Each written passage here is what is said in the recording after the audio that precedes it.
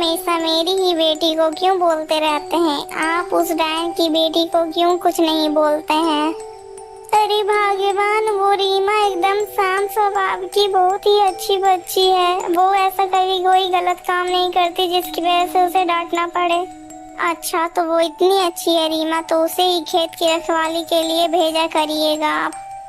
हमारी बेटी को क्यों भेजते हैं आप? आज से हमारी बेटी कभी भी खेत पर नहीं जाएगी। रामू कुमार ने 2 शादियां की थी। दोनों पत्नियों की एक बेटियां ही थी। रामकली बहुत ही ज्यादा कुटिल स्वभाव की थी। वो हमेशा ही चंद्रकली से लड़ती और झगड़ती रहती थी, जिसकी वजह से राम कुमार को अपने दोनों पत्नियों के लिए अलग अलग घर बनवाने पड़े थे।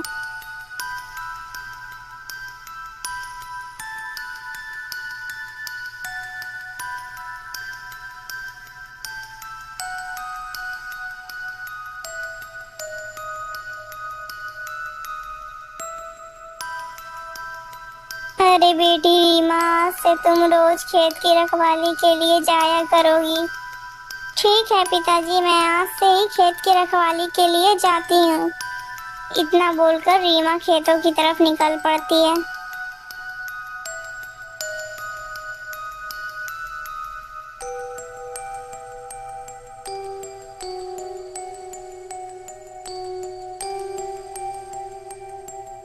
रीमा चलते ही चलते जल्दी ही खेत के पास पहुंच जाती है।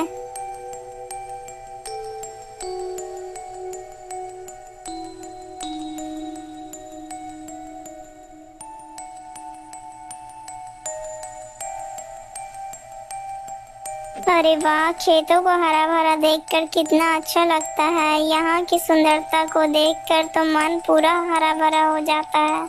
रीमा फिर वहीं चट्टान के ऊपर बैठकर गीत गाने लगती है।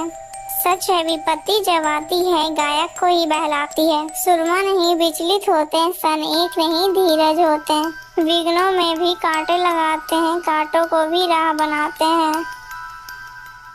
वह रीमा, वह तुम तो कितना अच्छा गीत गाती हो, इसीलिए मैं तुमसे बहुत प्रसन्न हुआ। अब तो मैं तुमसे ही विवाह करूंगा। अरे ये किसकी आवाज है जो मुझसे विवाह करने की बातें कर रहा है? मुझे तो कुछ समझ ही में नहीं आ रहा। कहीं यह मेरा भ्रम तो नहीं? मैं ऐसा करती हूँ कि यही गीत फिर से एक बार गाती हूँ।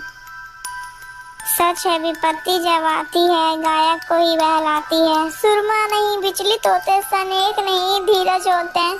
विघ्नों को गले लगाते हैं, कांटों में भी राह बनाते हैं। वाह रीमा वाह, तुम तो कितना अच्छा गीत गाती हो। मैं तुमसे बहुत प्रसन्न हुआ, इसीलिए मैं तुमसे ही विवाह करूंगा। अरे मुझे लगता है कि ये आवाज जंगल के भीतर से आ रही है। चलो मैं इसके अंदर चलकर देखती हूँ। फिर रीमा जल्दी से जंगल की ओर जाने लगती है।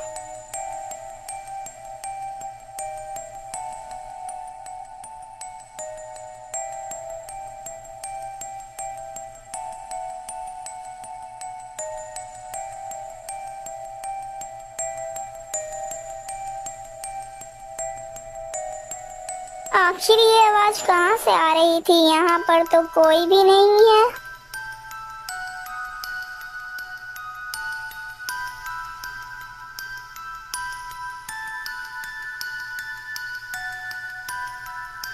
माँ, पता नहीं वो आवाज कहाँ से आ रही थी, मुझे तो कुछ भी समझ में नहीं आया।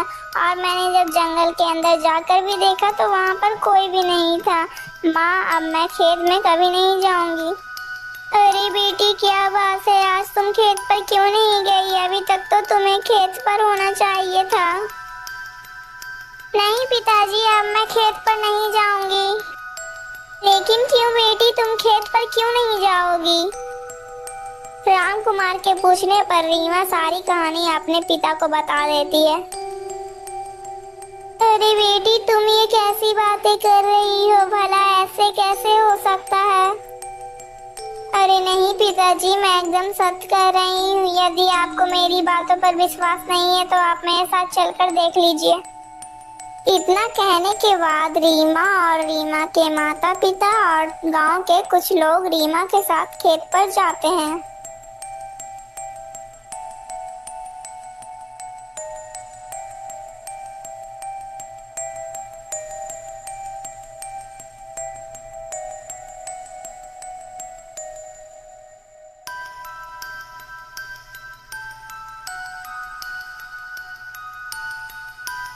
अब तो हम लोग खेत पर आ चुके हैं। चलो अब तुम जल्दी से वही गीत गाओ।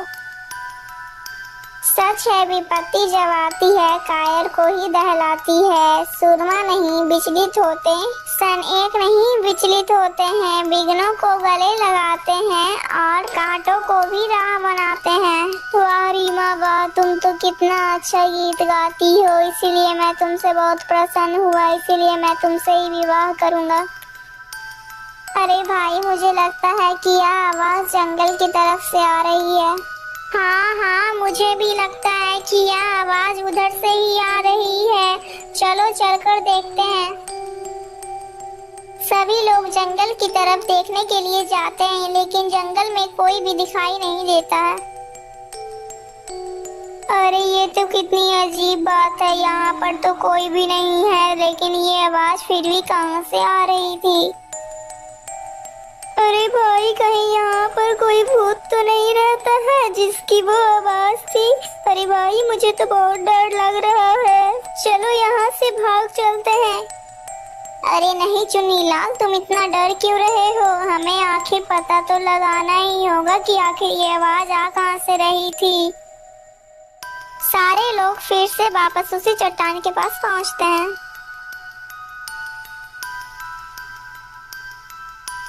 दोस्तों, अगर आपको ये वीडियो अच्छी लगी तो प्लीज वीडियो को लाइक करके चैनल को सब्सक्राइब कर दीजिएगा दोस्तों। और हाँ दोस्तों, अगर आपको इस कहानी से कोई भी शिक्षा मिली हो तो कमेंट में जरूर बताइए कि आपको इस कहानी से क्या शिक्षा मिली है। दोस्तों, इसका पार्ट 2 भी जल्दी आएगा दोस्तों। इसीलिए दोस्तों हमारे चैनल के साथ जुड़े रहिए ताकि आपको इसका पार्ट 2 भी जल्दी मिल जाए।